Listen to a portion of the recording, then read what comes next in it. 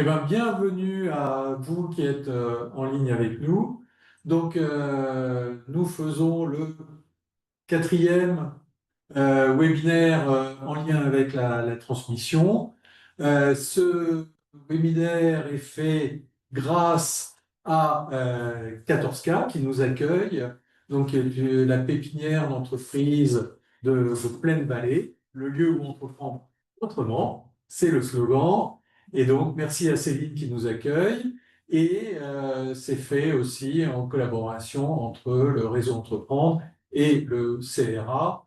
Et donc, ça va me faire la transition pour vous présenter les intervenants, sachant que le thème d'aujourd'hui, c'est la cession d'entreprise. Donc, on aura une vision côté cédant sur les aspects stratégiques, financiers, humains et opérationnels de la cession. Donc, je vais commencer par mes voisines, bien tout d'honneur. Oui, donc j'ai 65 ans et j'ai créé une entreprise que j'ai vendue 20 ans après. Je l'ai vendue voilà 5 ans. Nous étions dans le métier de grossiste en produits d'épicerie fine. Et depuis que j'ai cédé, donc j'ai voulu me rapprocher du monde économique et à travers ma participation à l'association du CRA, Cession Reprise d'Affaires, donc une association qui existe depuis 35 ans et qui accompagne soit des cédants, soit des repreneurs. Nous sommes 250, on couvre toute la France et on fait à la fois du mentorat, on apporte des outils, une méthodologie on fait gagner du temps à nos adhérents quand ils sont dans la problématique de la transmission, soit en reprise, soit en cession. Voilà. Et c'est plus des cédants que des repreneurs en termes de proportion? En termes de proportion, nous avons 2 fois plus de repreneurs que de cédants. Ce qui est toujours assez difficile de faire émerger, de faire connaître les intentions des chefs d'entreprise qui sont en réflexion sur la cession. Voilà. Donc, il y a quand même une grosse appétence à faire de la reprise d'entreprise, donc pour des gens qui ont déjà une carrière, qui ont déjà des compétences assurées, qui savent gérer des unités, et donc qui se sentent voilà, prêts à vivre une autre aventure, quitter le salariat pour vivre l'émotion de l'entrepreneuriat. Votre entreprise, votre entreprise avait combien de salariés? Elle avait des salariés? Oui, on avait une petite dizaine de salariés au moment de la cession. Parfait. Véronique Rose, donc élémentaire, donc même question, rapidement présenter la société et quand est-ce que vous l'avez cédée? Alors là, ça va être tout chaud comme information. Donc, j'ai créé la société en 2016 et donc on l'a cédée 9 ans après. Voilà, parce que je souhaitais prendre ma retraite. Voilà. Et donc, Élémentaire est une société dans le domaine de la dépollution des sols, autrement dit dans un milieu extrêmement petit. Hein. Et donc, on a cédé l'entreprise on est une petite dizaine, et on a cédé l'entreprise à un grand groupe du BTP qui souhaitait développer ses compétences dans le domaine de la dépollution des sols. Dernier invité, donc Maxence Bodert, donc qui a cédé, entre autres, puisque nous avons un serial cédant avec nous, donc qui a cédé Rubus. Donc, si vous pouviez présenter la structure Rubus. Oui. Donc Rubus, c'est la toute première entreprise que j'ai montée. J'avais 24 ans, je sortais d'école de commerce. Et j'ai fait 3 ans dessus, donc c'était assez rapide. On était 3 à plein temps et 2 personnes en plus avec nous. Et on a cédé la société. Le marché était assez complexe. On a une porte qui s'est ouverte et que j'ai ouverte même moi-même. On expliquera plus tard. Et voilà ce que je peux en dire. Ça a été cédé à un groupe qui voulait acquérir la société. Donc on faisait des potagers pour les collectivités et c'était un marché hyper intéressant puisque dur à aller chercher la collectivité et qui a intéressé un plus grand groupe et d'autres raisons également. Et c'était cédé il y a combien de temps? Ça a été cédé en 2022, je crois, de mémoire. Donc il y a 3 ans. Voilà, exactement. Alors donc on va suivre, j'allais dire, la logique du thème présenté, donc les aspects stratégiques, financiers, humains et opérationnels.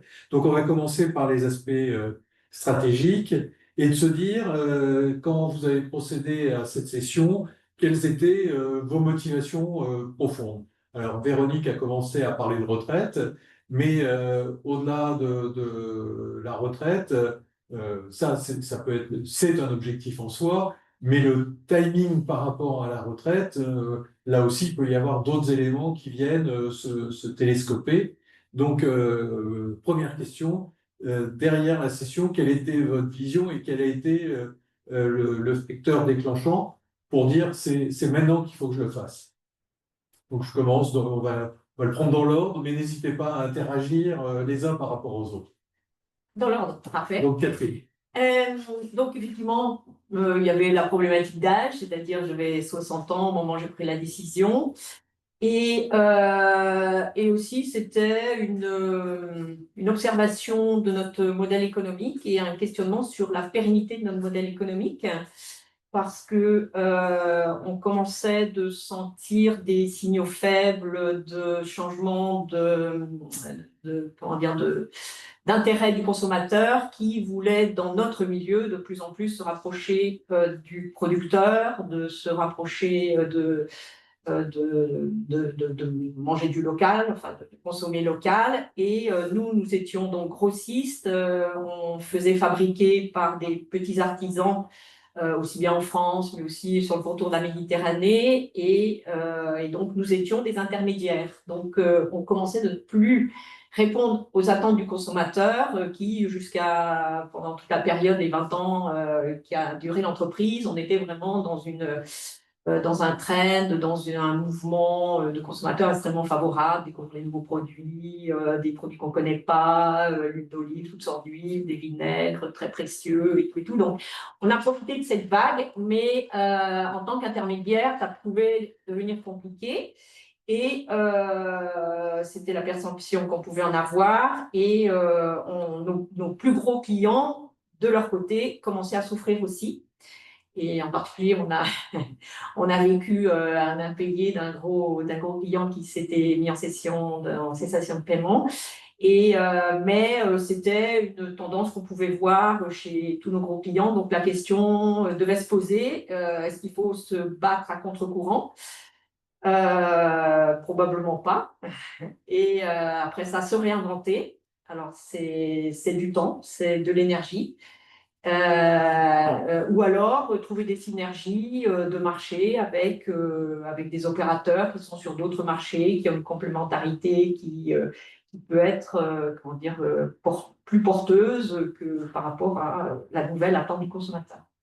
Donc en fait, une problématique personnelle, sachant que mon mari était aussi aspiré à ce que je me libère un peu plus, donc des aspirations personnelles et un questionnement sur la pérennité d'une entreprise dont le modèle pouvait ne plus répondre à l'attente du consommateur. Est-ce que ça se voyait déjà dans les chiffres ou pas du tout? C'était une réflexion Alors, où ça se voyait à la fois en termes de chiffre d'affaires, voire de rentabilité? Alors, effectivement, ça commençait de se voir, c'est-à-dire on avait toujours une progression assez régulière. Et là, on était sur un palier qui en plus, nous avons souffert de 3 fins d'année compliquées, puisqu'on faisait plus de 50% de notre chiffre d'affaires sur la fin d'année. Et on a connu des problèmes politiques en 2017, en 2018, en 2019 sur la fin d'année, ce qui fait que nos gros clients, enfin nos clients d'une façon générale, avaient été un peu fragilisés. Et par conséquence, nous, forcément. Donc, nous étions arrivés à un palier qui était plutôt descendante, tout en étant, l'entreprise était saine, elle était attractive, on continue de faire de la marge, mais cependant, le métier d'un chef d'entreprise, c'est d'anticiper, c'est de ne pas attendre des situations compliquées pour agir, réagir, tourner le gouvernail. Donc on pouvait le percevoir, enfin, dans notre chiffre, on pouvait le percevoir, et par ailleurs, c'était aussi la santé de nos principaux clients. Donc, vous avez cédé en 2020. Cette Mhm. réflexion que vous venez de nous indiquer, vous l'avez eue combien de temps avant? Alors, à vrai dire, assez brutalement. C'est-à-dire que, comme on n'était pas en difficulté, bon, donc, mais fin 2019, j'ai fêté mes 60 ans, l'entreprise c'est 20 ans, notre fils c'est 20 ans, c'est un moment, enfin, ces échéances amènent à se questionner.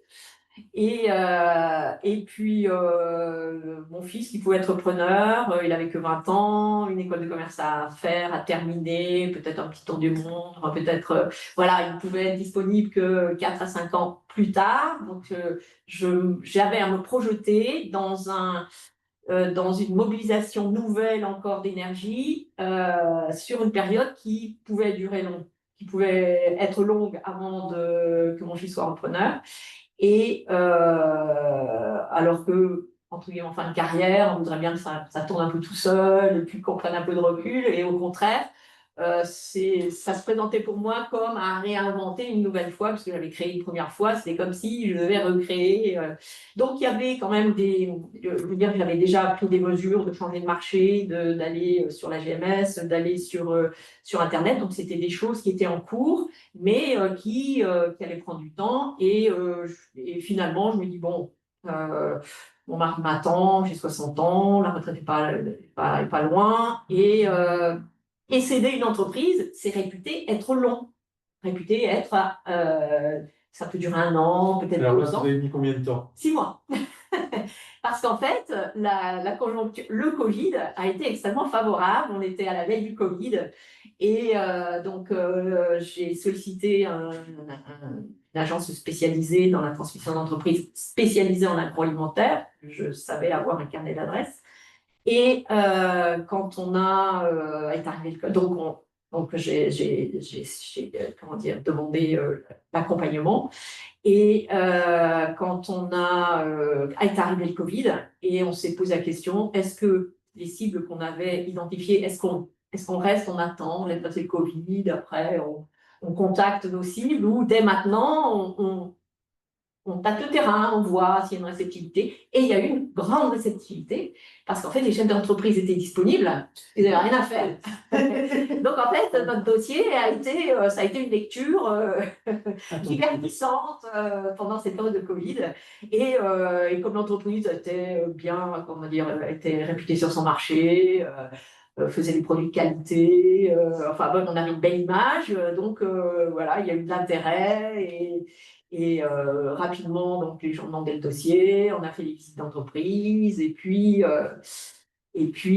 après, on avait fonctionné, on a, comment dire, notre intermédiaire, là, a utilisé une méthode de type appel d'offres, c'est-à-dire avec une date butoir de dépôt de candidature, ce qui est une méthode que je trouve superbe, parce que vous savez un temps T, vous avez tous les dossiers devant vous, et puis après, vous faites votre marché dans les dossiers qui vous sont arrivés. Et il se trouve qu'il y avait un dossier qui cochait toutes les cases, le prix, garder les salariés. Je voulais qu'ils déménagent, que je voulais récupérer, je ne voulais pas que l'entreprise reste dans mes locaux. Et puis aussi, dont les synergies étaient évidentes, c'est-à-dire avec une structure beaucoup plus importante, et qui avait une compétence en GMS, qui avait une compétence, enfin, qui était en train de développer un site internet assez stratégique dans le milieu alimentaire. Donc, il cochait toutes les cases.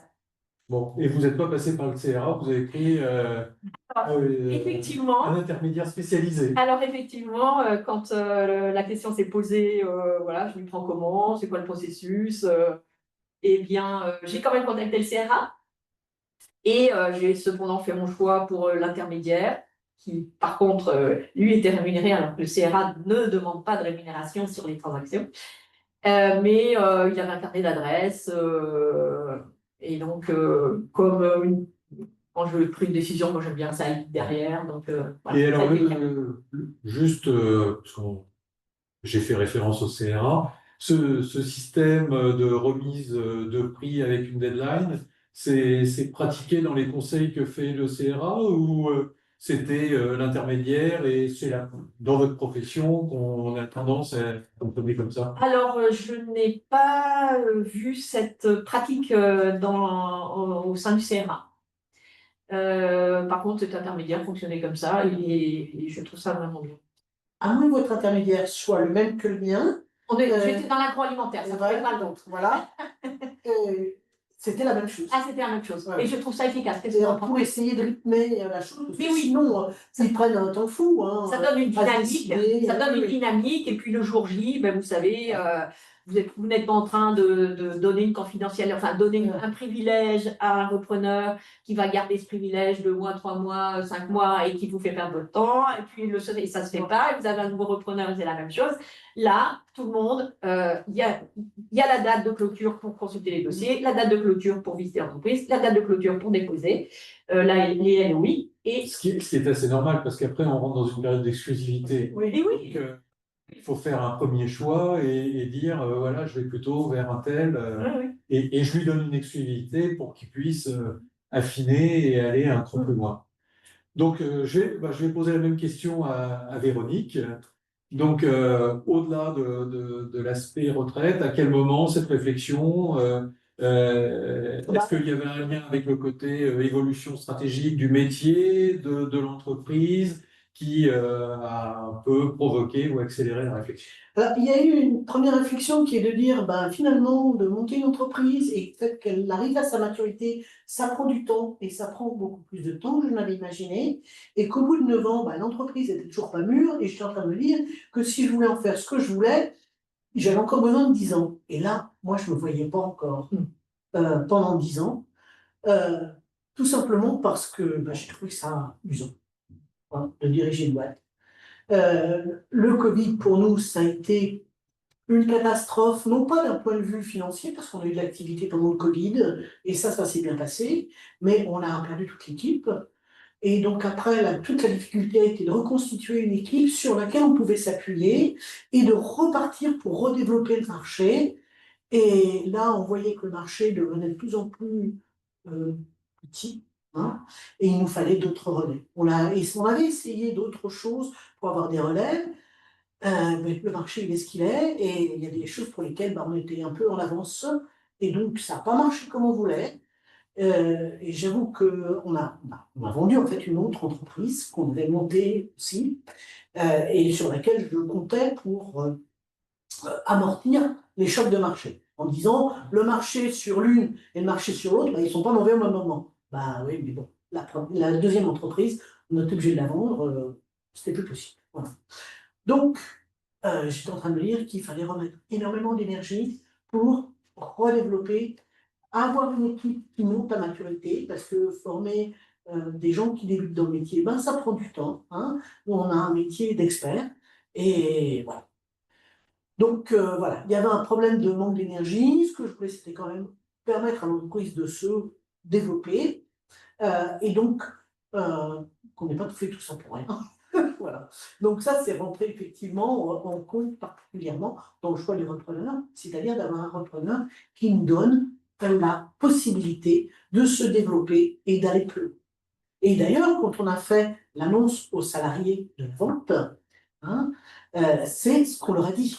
Hein. On leur a dit qu'on changeait de bannière pour pouvoir permettre d'aller à l'entreprise, pour lui permettre d'aller plus loin. Voilà, c'était ça l'objectif. Voilà. Et donc, même question que tout à l'heure, entre le constat et cette volonté de dire, finalement, vous étiez un peu dans le même cas, et après, je reposerai un peu la question à Maxence, mais je pense que c'est aussi, dans son cas aussi, c'est un peu la même chose, c'est dire à un moment, j'arrive à un carrefour où il va falloir, j'ai un problème de développement, j'ai un problème de paramètres d'environnement qui changent, donc je suis à la croisée des chemins, je dois me décider, est-ce que je repars pour ce que disait Catherine, pour 5 ans, Ouais. ou est-ce que je dis, je vais passer la main à quelqu'un qui sera capable d'assurer ce développement qui est en gestation, où on a les pistes, mais Voilà. comme tout changement stratégique, ça nécessite effectivement soit de l'investissement financier, soit du temps et beaucoup d'énergie. Beaucoup d'énergie, beaucoup d'investissement, enfin, investissement. Donc du Voilà. coup, cette réflexion, même question pour Catherine, vous, entre le moment où vous avez eu cette réflexion et le moment où vous avez cédé, il s'est passé beaucoup de temps, ou là aussi, ça a été finalement assez rapide. Euh, Alors, le moment où j'ai pris la décision et le moment où on a conclu, il s'est passé un petit peu moins d'un an. Mais ça prend quand même du temps. On s'y est pris, je pense qu'on a dû commencer en juin. Voilà, et on a vendu fin avril. Pour vous donner une idée. En fait, on a vu toutes les entreprises en novembre-décembre, et puis après est passé la période de négociation exclusive, où ils nous disaient toujours qu'ils allaient être ultra rapides, et puis enfin, après, Ça prend du temps. après, c'est le temps de la rédaction des actes. Hein. La décision, leur décision à eux était prise très rapidement. La nôtre aussi, c'était évident que c'était ce repreneur-là qui cochait toutes les cases, comme Catherine, hein, la même chose. Hein. De l'envergure, et surtout les mêmes valeurs. On a l'impression qu'on se causait vraiment à la fois d'égal à égal, même s'il y avait une petite différence, pareil, une chiffre d'affaires, hein. Mais avec cette même vision de ne pas faire de course à l'échalote, c'était pas l'idée de grandir de manière colossale, la vision de respect des gens, l'aspect recherche et développement, pour nous c'était très important. On a fait du crédit impôt recherche depuis le début de la boîte, et parce que si on veut être excellent dans notre métier, eh bien, il faut toujours être à la pointe de ce qui se fait. Et ils avaient cette même vision aussi. Enfin, ils ont cette même vision. Voilà. Fait la transition sur Maxence. Donc, les motivations entre le moment, la réflexion sur l'avenir de la société, la prise de décision et la vente effective, le timing derrière, comment tout ça s'est passé? Ouais, Parce que vous n'avez pas un problème de retraite. non. Donc, Mais je pense justement que c'est aussi, on parle de palier depuis tout à l'heure, je pense que quand on est entrepreneur, c'est exactement ces questions. C'est tellement d'énergie de développer un projet que parfois il faut se poser la question, est-ce que ça vaut le coup de pousser pour plein de raisons, des raisons personnelles, ambitions personnelles, etc. Moi, j'ai toujours eu le rêve d'avoir une entreprise qui puisse, comme j'étais en finance avant, j'ai travaillé à Singapour, j'ai étudié aux États-Unis, en Norvège et autres. J'ai créé une entreprise qui faisait des potagers pour les collectivités. Ça allait être très difficile. Donc, c'était un projet très personnel, hein, où, mon cœur était dedans pour cette mission, justement, d'aider les populations, les enfants notamment, à se reconnecter un peu à la nature et à apprendre plein de choses. Euh, mais cette projet de cœur, au final, il répondait pas vraiment à mes ambitions personnelles à un moment sur mes carrières où je me dis, voilà, j'ai étudié partout, j'ai fait plein de pays. Aujourd'hui, ce projet, pour scale, ça va prendre 50 ans. Donc, c'était pas le projet, il marchait bien, il y avait une super équipe. On avait donc un début de traction vraiment intéressant. On avait débloqué les premiers leviers sur les collectivités, qui sont des marchés hyper horribles à aller chercher. Mais bon, faut le faire, c'est cool si vous pouvez. Et donc, c'était un vrai atout stratégique, en fait, la partie collectivité et l'équipe qu'on avait. Parce que c'était une équipe qui était vraiment excellente et on était sur un marché, c'est bête, mais le paysagisme, c'est beaucoup de main-d'œuvre, euh, tout dépend de ça, en fait. Si vous avez une super entreprise et que vous avez une équipe qui ne suit pas dans cette industrie, votre boîte, elle réussira pas. Et nous, on avait quand même des talents. Donc, c'était une petite équipe, mais ultra talentueuse. Et je sais que la personne qui a racheté, c'était une des raisons de sa marque d'intérêt assez rapide. C'était l'équipe, en fait, parce que c'était un peu, c'était des très, très bons atouts en plus de notre marque qui manquait dans le portefeuille d'action de la personne qui a repris, qui avait déjà une marque sur du B2B, une marque sur du B2C, comme un catalogue un peu, et il lui manquait dans ce catalogue cette partie B2G, G, Government, qu'on avait nous et qu'ils ont repris.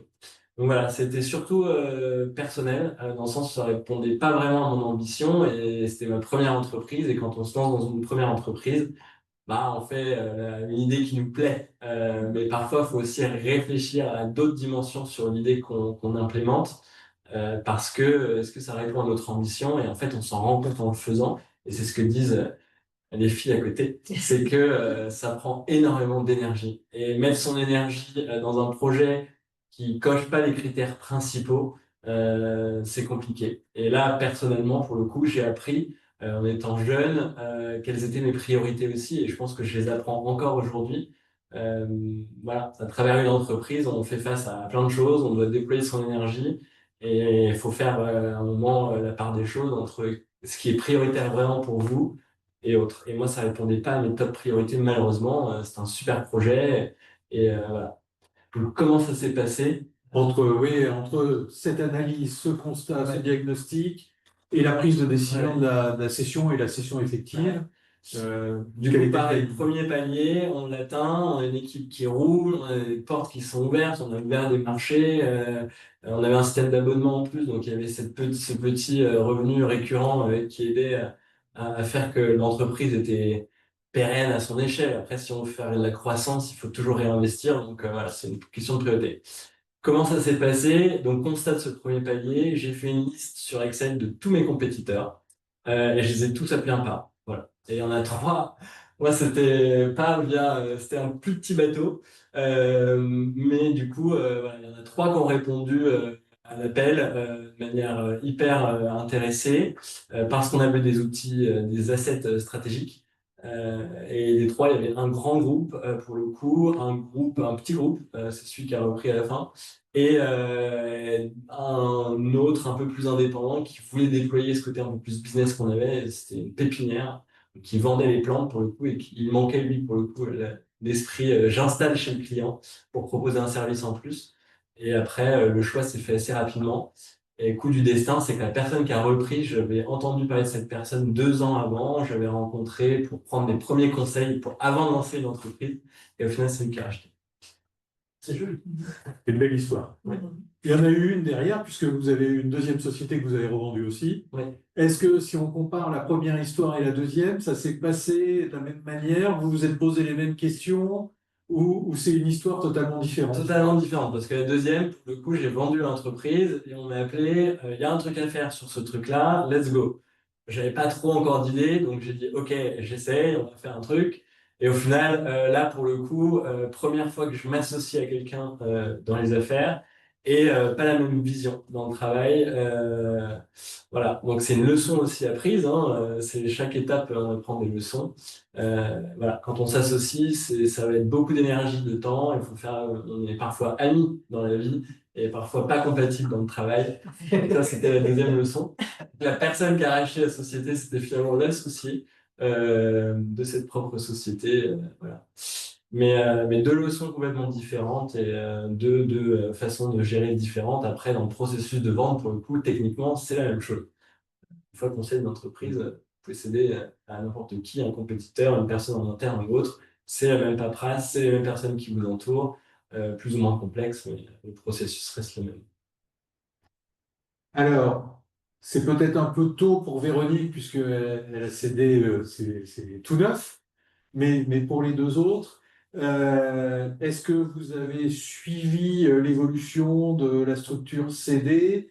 Est-ce que les questions que vous étiez posées en termes de développement stratégique, comment le repreneur l'a géré? Est-ce qu'il l'a géré comme vous l'espériez, l'attendiez, euh, ou vous, à l'inverse, vous avez dit, ça y est, j'ai cédé, je veux plus en entendre parler, j'ai tourné la page et je suis passé à autre chose. Mais si souvent on a un côté, surtout quand on est créateur, il y a le côté affectif de voir le bébé grandir, est-ce que vous êtes préoccupé de voir comment le bébé avait grandi et est-ce qu'il avait évolué comme vous auriez aimé le faire ou pas?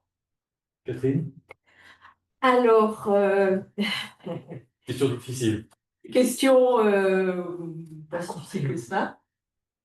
accompagnement. Vous deviez accompagner Oui, la transition. oui, oui. Donc, en fait, alors, nous avons cédé pendant le Covid. C'est-à-dire, nous nous sommes rencontrés physiquement une fois, nous avons eu une conversation téléphonique, et ensuite la LOI.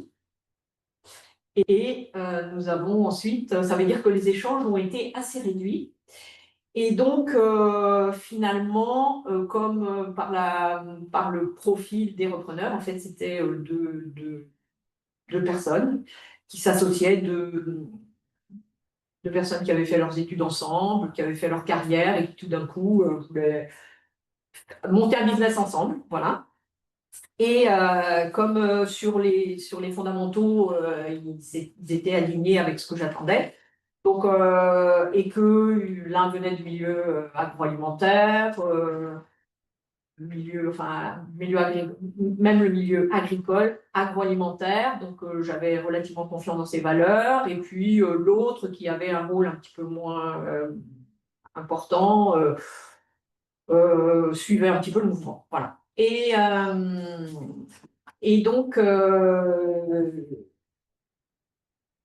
il s'est avéré par la suite que les valeurs n'étaient pas celles que j'avais comprises, que les compétences ou les intentions n'étaient pas celles que j'avais comprises, que les moyens qui étaient, où on pouvait avoir une synergie, je sais pas, un service financier, un service qualité, un service informatique, qui était supposé exister, n'existaient pas.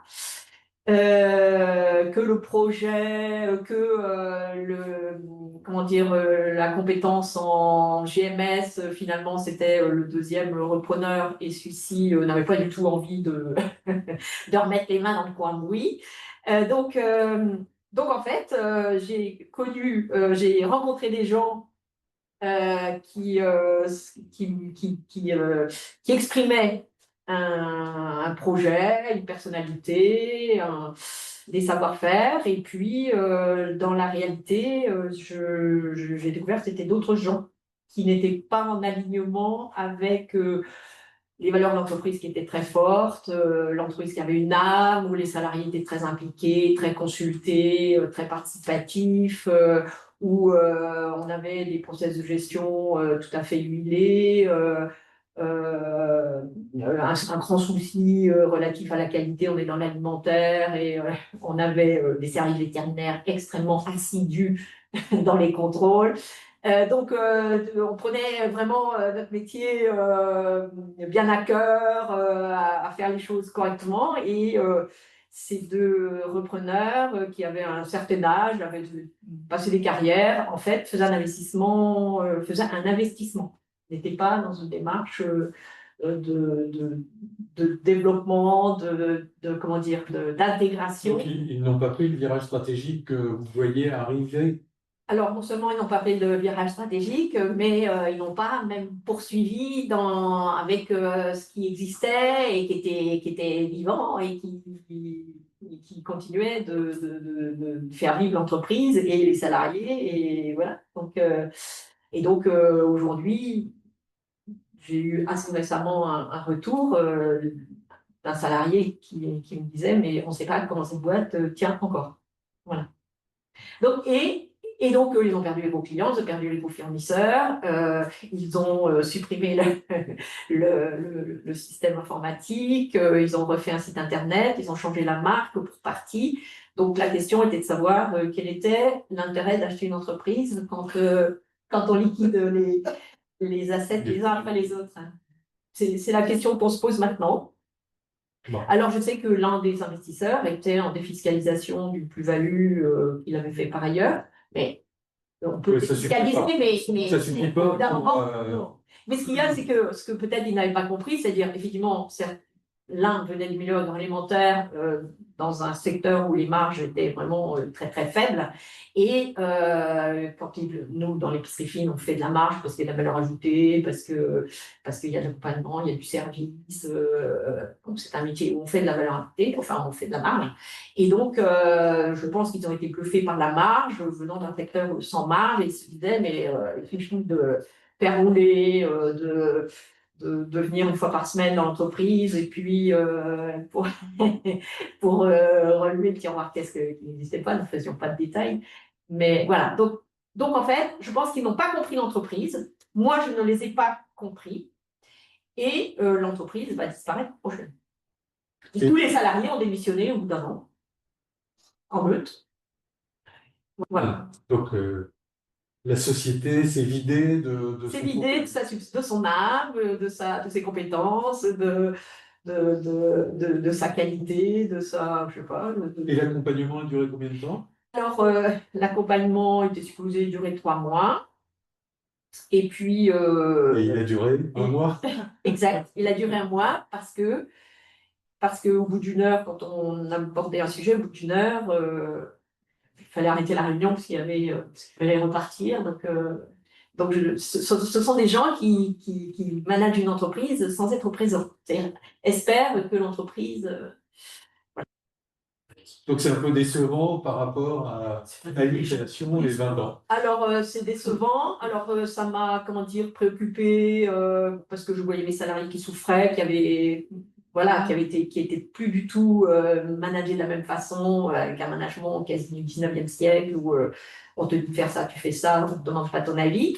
Et ils venaient d'un management pas d'actualité, on va dire, et très respectueux en tout cas.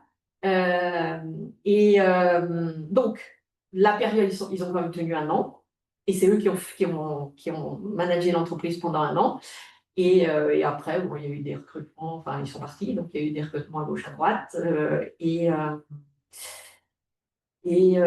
donc, à partir du moment où mes salariés ont été bien replacés dans des sociétés où ils ont pu poursuivre leur carrière de façon satisfaisante, après ça, vous savez, j'ai peut-être tourné la page, et puis, bon, c'est une entreprise, c'est pas non plus, enfin, je veux dire, cette entreprise, elle nous a donné du bonheur, elle nous a donné de quoi s'amuser dans une carrière, elle nous a bien nourris, on la rend dans de bonnes conditions.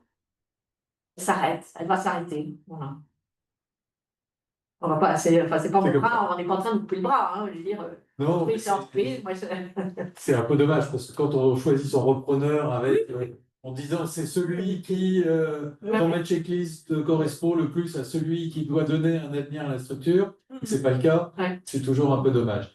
Maxence, par rapport à la suite? Ça s'est à peu près bien passé. Après, plus petit sujet, donc équipe à motiver. Pour le repreneur, il y avait un très bon fit et ça a continué, je pense, 1 an bien. Et après, petit à petit, des responsabilités. En fait, un management qui change, ça fait pas mal, surtout sur une plus petite structure.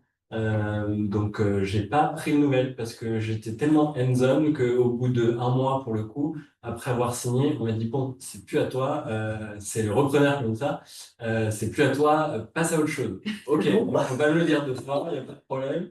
Donc je suis passé à autre chose, j'ai laissé, tout était fait, parce que même quand on a un site internet, des choses comme ça, enfin, c'est des détails, mais il y a toujours des mots de passe, des machins, des trucs, comme on est organisé. Donc on a toujours besoin d'être là, en fait.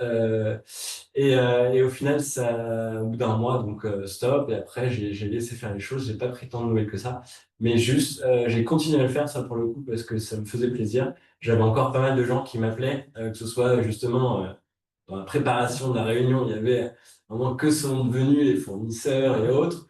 Ces gens qui vous appellent, pas forcément les gens qu'on paye, mais des clients aussi, vous en êtes où? Est-ce que je peux avoir ça et ça et ça? Et du coup, j'ai toujours forward, même au niveau de la presse, on avait lancé pas mal de choses au niveau de la presse qui sont arrivées après. Et là, il y a par exemple Europe 1 qui m'a appelé il y a 2 mois, sauf que ça fait 4 ans maintenant. Mais donc j'ai renvoyé encore au repreneur parce que ça s'est bien passé humainement, même si l'équipe est partie au bout d'un certain temps ou autre. C'est quelqu'un, je pense, qui a fait les choses de manière carrée. J'ai été assez carré aussi. Donc quand ça se passe comme ça, derrière, si j'ai encore des coups de fil aujourd'hui, je les forward. Voilà, autre expérience. Ouais, c'est à peu près ça l'expérience.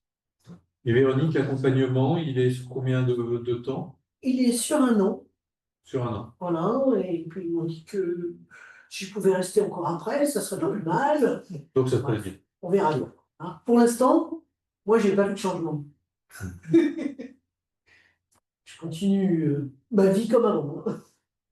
Alors, on va passer aux aspects, c'était important, les aspects stratégiques, mais sur les aspects financiers, simplement de manière très générale par rapport au prix. Vous aviez une notion du prix que vous en vouliez, c'est l'intermédiaire qui vous a dit voilà ce que ça pourrait valoir. Vous avez attendu les fameuses offres et puis bah, vous avez vu des offres qui étaient très très différentes ou très très proches.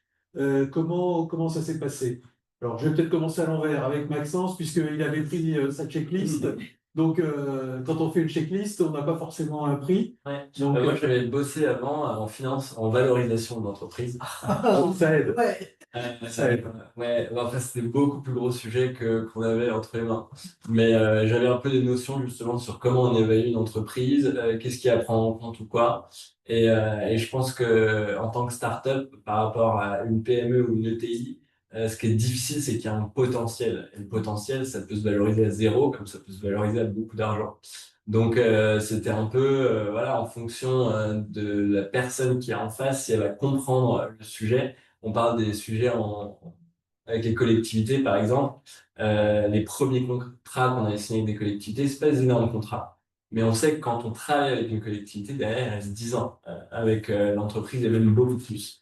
Parce qu'il y a un lien qui se crée, parce qu'il y a, voilà, il y a tout qui a été mis en place, donc pour eux, c'est aussi plus facile derrière. Donc ça, fait un peu valoriser. On avait des atouts, comme c'est une boîte de paysagisme, on avait voilà, des outils, il y avait des gens, il y avait pas mal de plans, de logiciels, de choses en cours dans le pipe au niveau de la vente. Donc, comment on valorise ça, c'est une bonne question. Mais on a trouvé une personne qui s'est alignée. Moi, j'avais à peu près une idée en tête que je voulais, et la personne qui s'est alignée là-dessus, c'est elle qui a remporté la chose, quoi. En plus du fit humain qui a pesé pour 50% de l'entreprise, parce que je savais qu'il y avait des gars derrière à qui je tenais énormément, qui devaient continuer. Donc, ça a été cette question aussi. Véronique? Alors, nous, c'est notre expert comptable qui a fait une estimation sur la base d'un multiple de EBITDA. Euh, bon, après, je n'avais pas trop d'idées sur comment on allait réellement arriver à la vente, dans la mesure où l'entreprise était pas autoportante. Alors, on a vu effectivement des acheteurs qui voulaient nous ajouter un fleuron à leur ceinture, hein, avec effectivement les résultats, les bons résultats qu'on faisait et tout.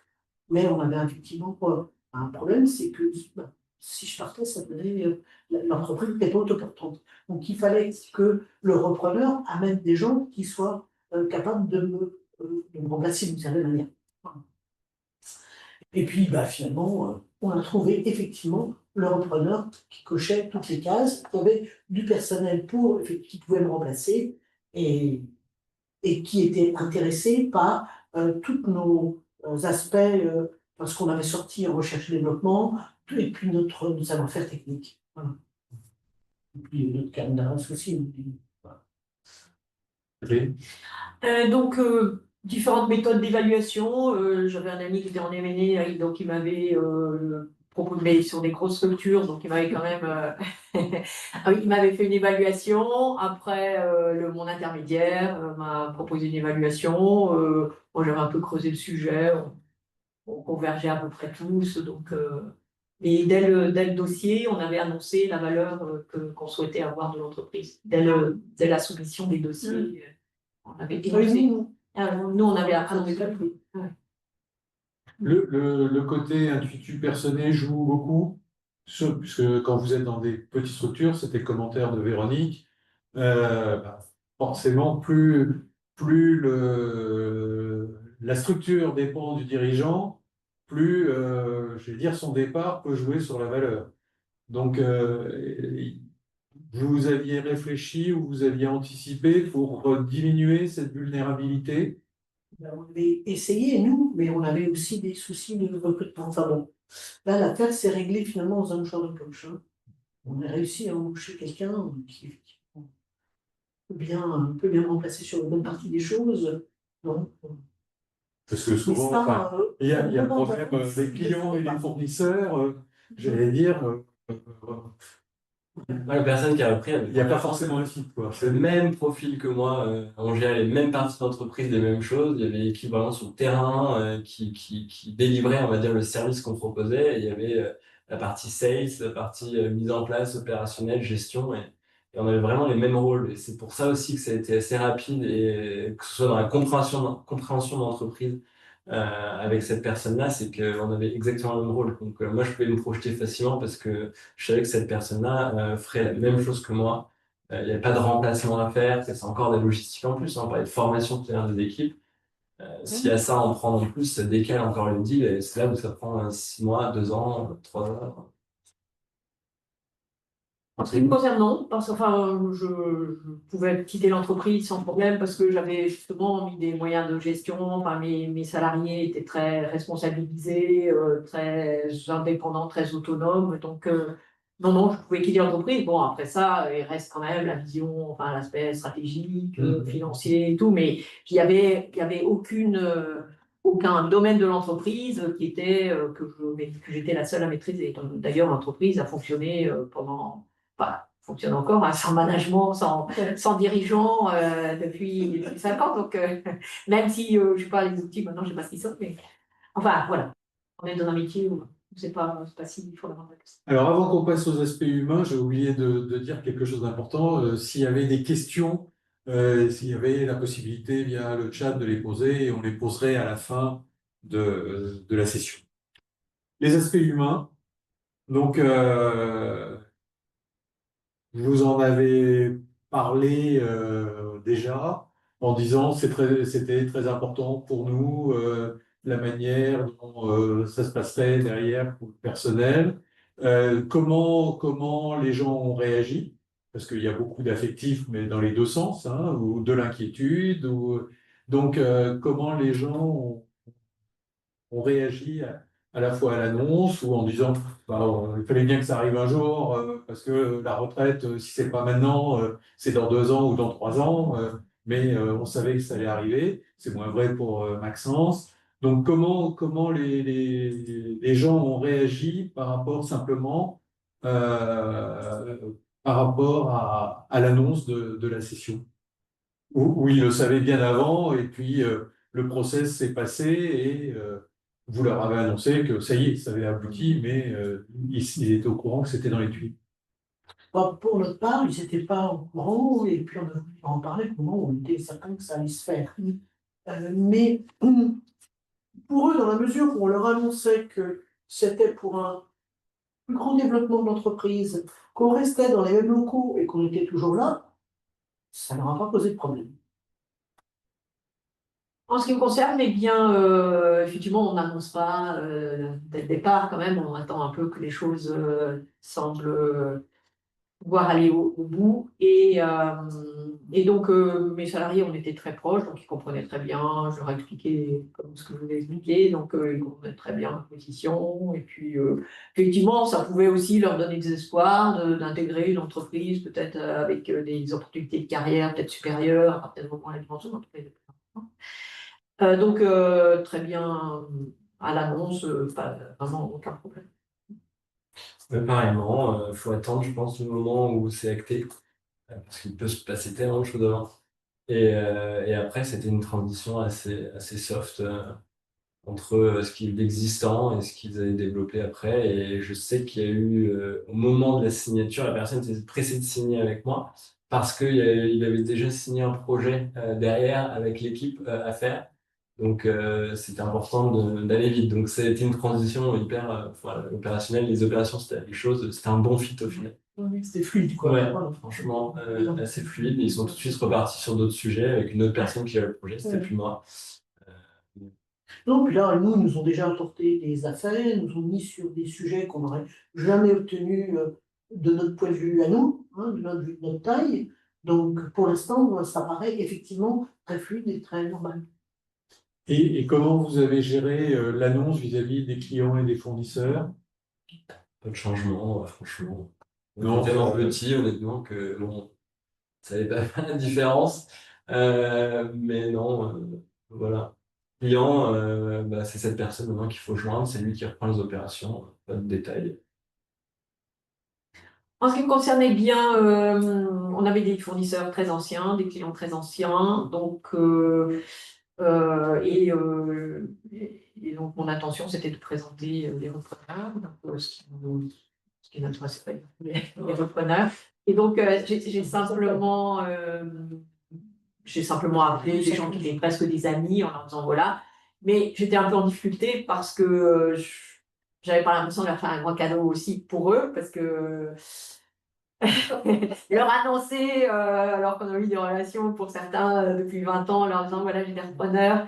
Que dire de ces fameux repreneurs? Je ne pouvais pas me permettre de dire ce que je pensais. Et donc, c'était un petit peu compliqué pour moi. Donc, je me suis limitée à vraiment à quelques personnes vraiment avec qui on avait des relations plus avancées.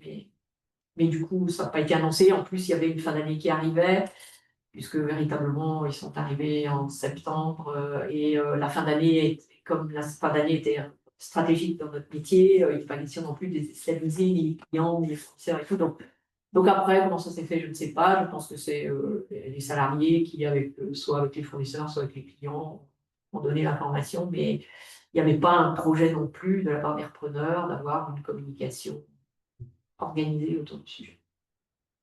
Ouais, c'est un sujet hyper intéressant parce que c'est hyper stratégique au final. Et je pense qu'il faut s'aligner au moment du deal avec le repreneur sur comment on va faire cette transition parce qu'elle est critique. Si ça se passe mal, il peut y avoir de la perte de clients et des fournisseurs pareillement. Donc, c'est hyper stratégique comme question et je pense qu'il faut juste s'aligner sur un discours, trouver une bonne stratégie et pouvoir le faire après en fonction de l'activité ou autre. Ouais. S'il y a un grand groupe connu qui rachète, c'est une bonne marque, donc ça peut être annoncé, un bel événement, même marketé. Après, s'il y a quelqu'un qu'on ne connaît pas trop qui reprend parce qu'il y a des raisons personnelles ou autres, bah, faut aussi jouer autrement. Si je vois le temps qui défile et on arrive vers la fin de ce webinaire, si on devait essayer de dire qu'est-ce qui vous a le plus marqué dans ce processus de session, à travers le process en lui-même ou à travers le timing du déroulement, si vous deviez en retenir qu'une seule chose, ça serait quoi? Bah, pour ma part, je dirais de choisir le bon intermédiaire qui vous accompagne bien. Même si je les appelais l'agence immobilière, parce que je trouvais que ça avait un peu de ce fonctionnement-là, il faut quand même bien les accompagner et il faut surtout bien savoir ce que l'on veut. Parce que finalement, ils nous ont proposé des cibles, mais je leur en ai proposé aussi plusieurs. Et finalement, c'est celles que j'ai proposées qui ont été les bonnes, quoi. Mais bon, ça c'est aussi lié au fait que nous, on travaille dans un milieu extrêmement restreint. Ouais, je pense qu'il faut prendre du recul et se dire que on a mis son énergie, mais ça reste un produit en fait qu'on est en train de vendre. C'est une entreprise, c'est un produit très complexe. Il faut bien s'entourer, il faut bien structurer. Si on a demain un produit qu'on vend sur un site internet avec un prix qui est pas défini et des conditions de vente qui sont pas définies et comment on va le livrer, etc., ben on l'achète pas en fait. Donc c'est un peu la même chose, quoi. Il faut juste se dire, voilà, c'est un produit qui est un peu plus complexe. Mais il y a un process qui est clair, il y a des étapes à passer, étape par étape, step by step. Et en fait, voilà, je pense que c'est ça, la prise de recul sur on vend quelque chose qui nous tient à cœur. Certes, il y a plein de choses qui sont dedans, mais ça reste un produit. Et on vend à quelqu'un. Mais enfin, il y a du personnel, et puis il ne faut pas vendre non plus une coquille vide. Ah, bien Donc sûr, c'est toute une machine quand même, hein. c'est un Et en produit tout cas, complexe. voilà. Et ça reste un produit économique qu'on est en train de vendre. Il faut définir un prix, il faut passer par ses avocats, ses conseils, etc. De toute façon, si on voit une coquille vide, on peut avoir